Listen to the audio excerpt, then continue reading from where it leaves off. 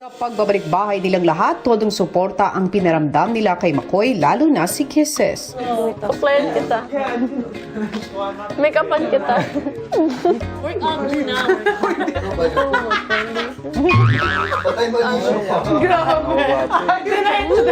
Sobrang tuwa niya, kuya.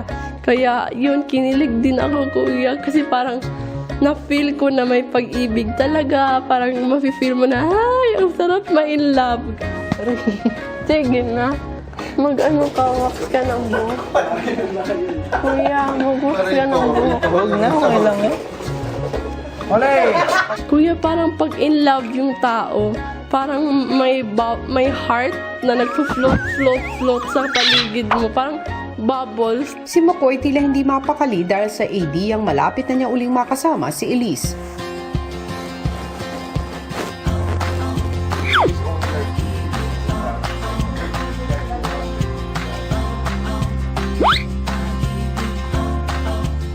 Kuya, nainip din po.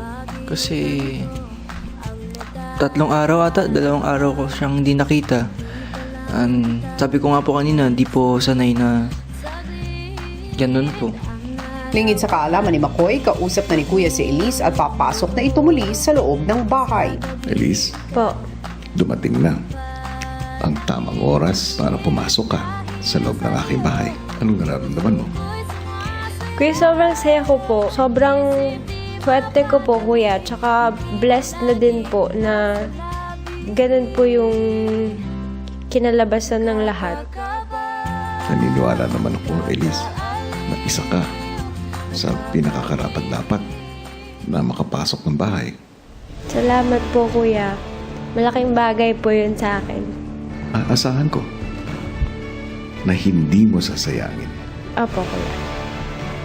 at ipagpapatuloy mo ang swerte na ipinasa sa'yo ni Yassi.